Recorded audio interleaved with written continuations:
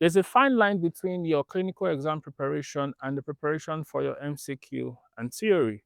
If you're the kind of student whom all you like to do is to cram stuff, memorize stuff, there's a tendency that you would have issues with the clinical exam.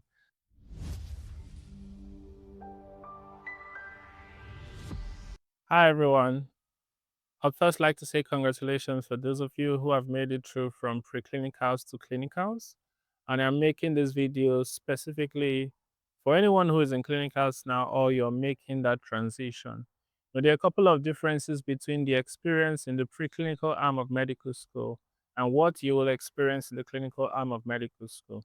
So I want to give you some basic foundational principles that would help you navigate the journey that lies ahead of you. So first on my list is the counsel I have for you is that you should be present in the wards. I know there was a tendency usually in preclinical sometimes for students to find themselves maybe reading their textbooks at home, covering the scheme, and maybe not really having the desire or the need to attend all the classes. But in clinicals is different because most of the learning would happen by the patient's bedside.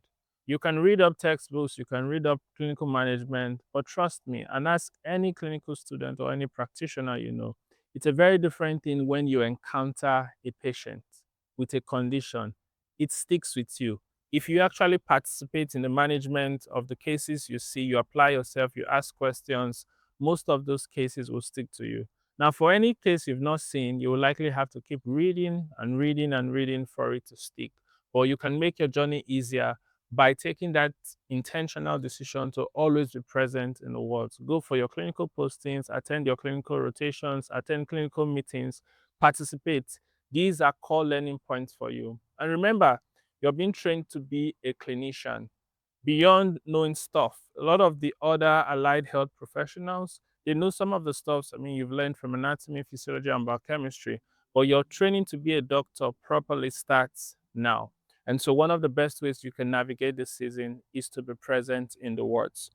Number two, I have here is I think it's essential for every clinical student to have a clinical skills partner.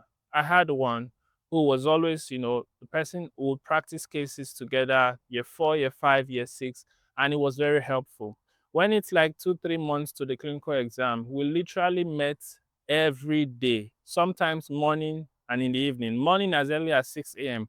We are practicing examinations, practicing counseling stations. We'll come back in the evening. Again, we'll do some practice. And most of the times it takes like 30 to 45 minutes, for each session, sometimes shorter.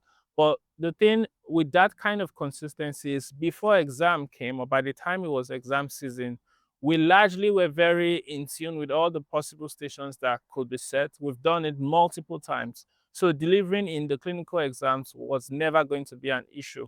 But now, if you decide that you want to be a lone worker, which is very difficult in clinical school, it's not impossible, but I don't think it's the best strategy. There are some days you tell yourself, I'm going to practice history taking, but you're alone. So the motivation to do that is different from when you just have to pick a textbook and read. But to actually go on practicing with your pillows, your bed, and all these other creative measures we use, I will be lying to you if I tell you it's the same as having an actual person to practice with. So I would advise you to get a clinical skills partner. That's very essential. Number three on my list is for you to collaborate with your colleagues generally. Now, what happens in clinical arm of medical school is we get posted sometimes different postings. Let's say some persons are in pediatrics, some persons are in ONG, some persons are in surgery, some persons in medicine. Now, even in these departments, you are still posted to different teams, and you will not get the opportunity to rotate through all the teams. So I can be in surgery posting, but I'm only rotating through, let's say, pediatric surgery. But someone else is doing orthopedic surgery, someone else is doing general surgery, someone else is doing, let's say, cardiothoracic surgery. And at the end of the day, the knowledge that we have firsthand is limited because you only got that direct interaction with some postings and even for a limited amount of time. But when you collaborate with your colleagues, you can know firsthand the cases that showed up in those different specialties. But the more interesting thing is actually the fact that specifically There are management modalities that are kind of protocols in some schools, internationally accepted but modified to meet local health demands. And so the students who put that into context in their preparation, this is what is done in our department, this is what is done in our teaching hospital, you're certainly going to have leverage, an upper hand in terms of your performance in the exams, which is something, of course, I'm very interested in. I want you guys to do well. And so collaborate with your colleagues, ask questions, find out what are the cases you've seen, what did the lecturer say, what are the things going around where you are. So do ensure you collaborate with your colleagues. Number four, there's a fine line between your clinical exam preparation and the preparation for your MCQ and theory. If you're the kind of student whom all you like to do is to cram stuff, memorize stuff, there's a tendency that you would have issues with the clinical exam.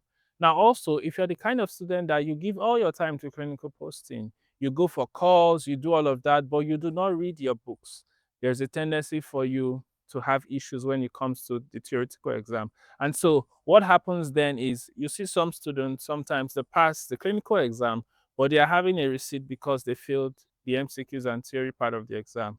Or on the flip side, they pass the MCQ and theory exam, but they are having a receipt because they failed the clinical part of the exam, which is a non-negotiable. Nobody passes you having failed the clinical part of an exam in medical school. And so your preparation has to be intentional for both.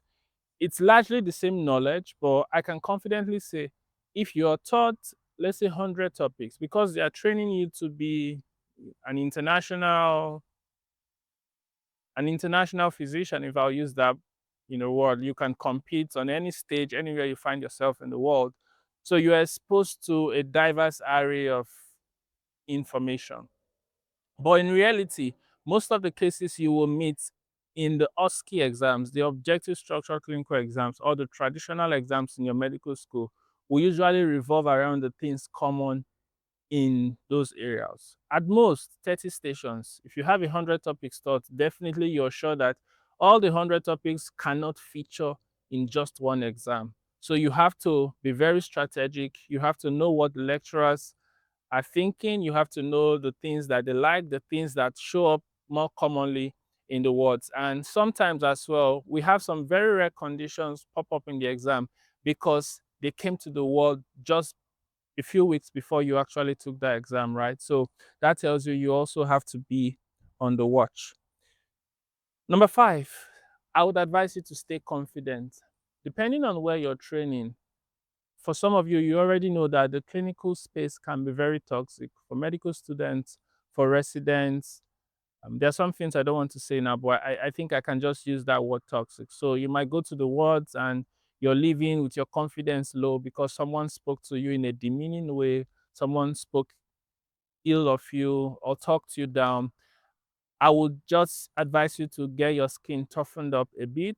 It naturally also comes along the journey, but don't let that affect you. I mean, some people go home, they cry because of what was said. That's fine. But after all of it, clean your tears, wipe your tears, and keep your eyes back on the game. You will need that confidence to do well in your clinical exams. You will need that confidence even as a physician. So these are basic things I want you to keep in mind as you make that transition into the clinical arm of medical school. Again, recalling for you, make sure you're present in the wards, attend your ward rounds, attend your calls, have a clinical skills practice partner, collaborate with your colleagues. That's very essential. Draw a line between the clinical preparation and your theoretical preparation, and I believe you will do well. And finally, stay confident. If you have any questions regarding preparation for clinical exams, you can also drop these in the comment section, and I'll be very happy to address your questions. I've made a video on this channel before directed specifically at objective structured clinical exams, so you can check on the channel and you'll find that video. Until next time, see you again. Cheers.